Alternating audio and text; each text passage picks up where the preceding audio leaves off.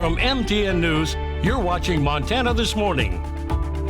Gallatin County Board of Health says it's struggling to meet the demand for the COVID-19 vaccine. Just ahead, learn what the board is saying about other COVID-19 safety measures. Plus, road construction. Yes, it is that season again in Montana. Coming up, see how your daily or weekly travel may be affected by the resumption of a local project. And that one's been going on for a while. It'll be nice to have it all wrapped up pretty soon. Meantime, it is 6:30. Snowflakes continue to kind of fall here in tropical Four Corners. It's not a heavy snow. Most of the snow isn't really actively falling from clouds. It's being suspended in the sky and finally getting out of our air. But it's still causing some issues out across the area. We do have some snow falling even on the pass this morning and down Gallatin Canyon. Temperatures into the 20s and 30s. Most of our issues are east of the divide as the snow really is trying to work its way out of the area. I expect to see some sunshine today. Temperatures are going to warm up, but it's not going to be that tremendous warm up that we are all hoping for this Friday afternoon. I think low 40s with a stout west to northwest wind about 5 to 10 miles an hour. Bozeman planner bringing us to around 43 degrees by 4 o'clock.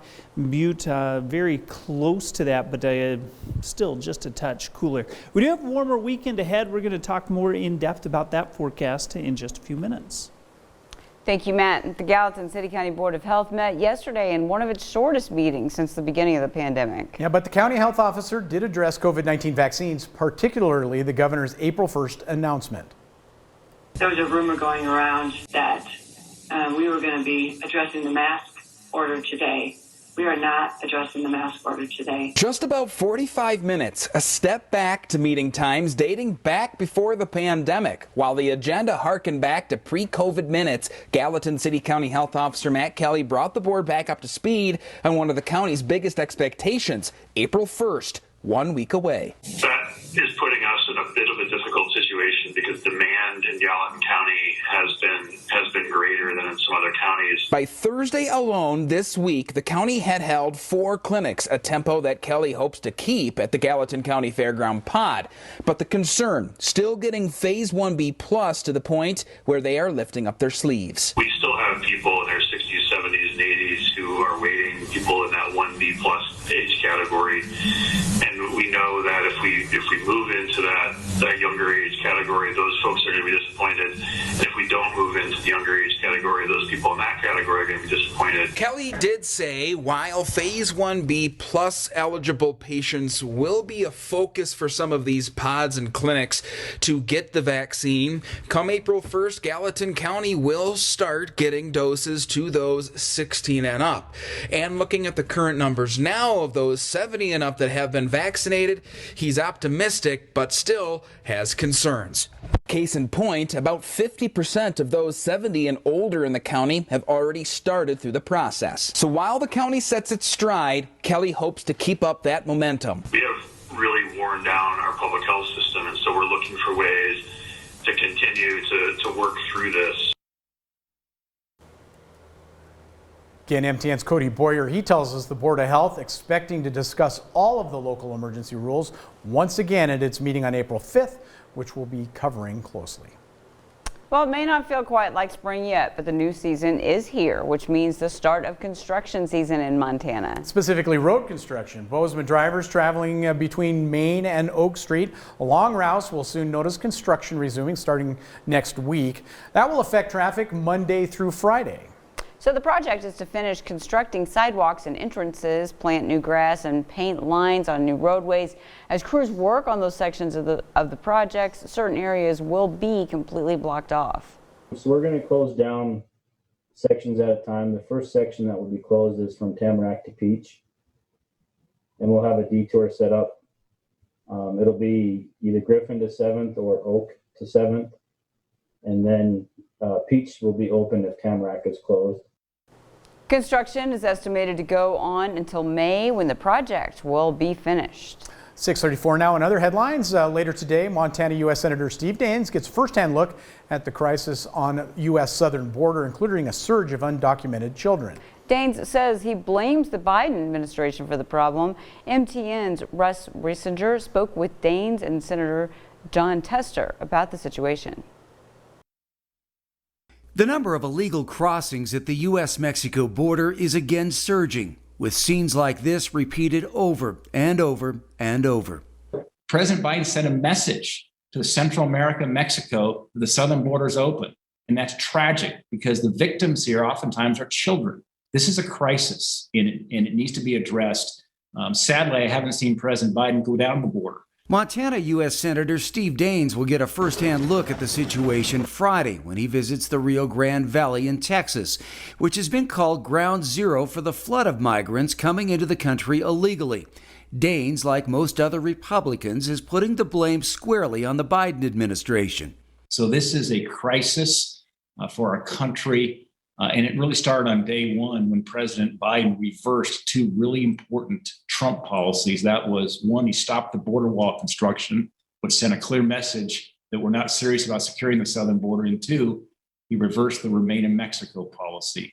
And even though what is happening on the southern border is more than 1,000 miles away from Montana, Daines says we're feeling the effect in a devastating way. We are seeing a flood of Mexican heroin, Mexican fentanyl, Mexican meth coming into Montana. The purity levels that these Mexican cartels are creating with methamphetamines is north of 90%. Years ago, it was homemade meth in Montana that had purity levels less than 30%. By far, the majority of the people who are coming across are not bringing meth in their backpack. They're not criminals. They're trying to find a better life for their families. Yeah, well, what's happening is the Mexican cartels are actually leading these human trafficking efforts. They're estimated to be making $14 million a day with human trafficking. And so because the border is flooded with these illegal immigrants, it takes our Border Patrol officers off their task of having to try to stop the drugs because they're trying to stop the flood of illegals. And it's allowing the drugs to come in more freely, and that directly affects the state of Montana. I had a chance to see the situation firsthand. Almost exactly 2 years ago, in March of 2019, I journeyed to the southern border to cover Senator Jon Tester's trip there. I was able to break away and spend time alone with Border Patrol agents, where the scene was much the same as it is now, a constant game of cat and mouse, with some trying to get away and others trying to be caught. I even captured video of smugglers bringing families across the border. That's something that you guys just got something a lot of people, reporters don't get, and that's a wrap. Yeah, that is a wrap. That's how they came over. They are from Honduras, El Salvador, and Guatemala. How long was the trip here? ¿Cuánto tardaron en llegar aquí desde sus países originales? Un mes. It took her 1 month. Un mes. 1 month. 3 semanas. 3 weeks. ¿Cuánto te tardaste? 3 semanas. 3 weeks. Why did you want to come here? ¿Para qué querían venir acá?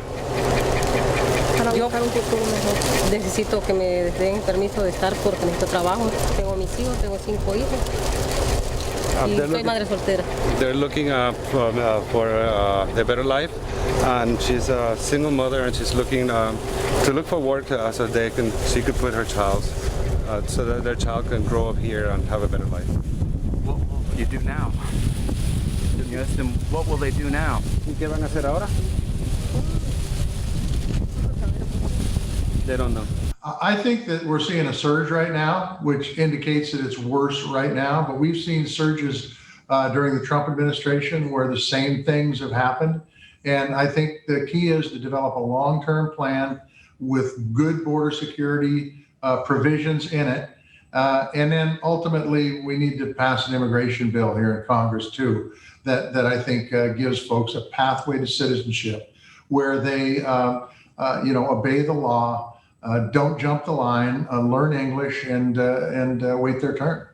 How difficult do you think that is going to be given the current climate?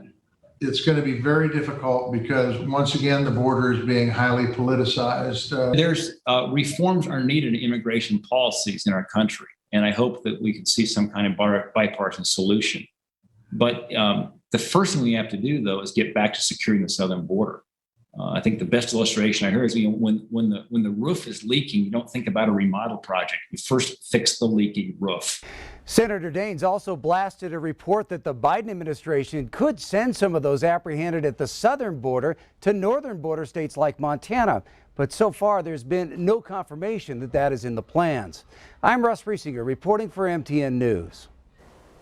Montana Congressman Matt Rosendale also visited the southern border earlier this year and warned, quote, if open borders and catch and release were brought back, there would be a crisis.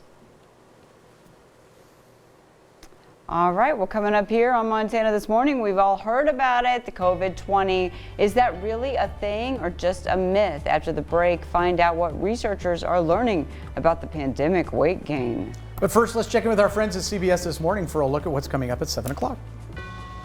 Good morning. Ahead on CBS This Morning, deadly tornadoes ripped through the South again. We're in Alabama talking to people whose homes were destroyed as millions still recover from last week's storms.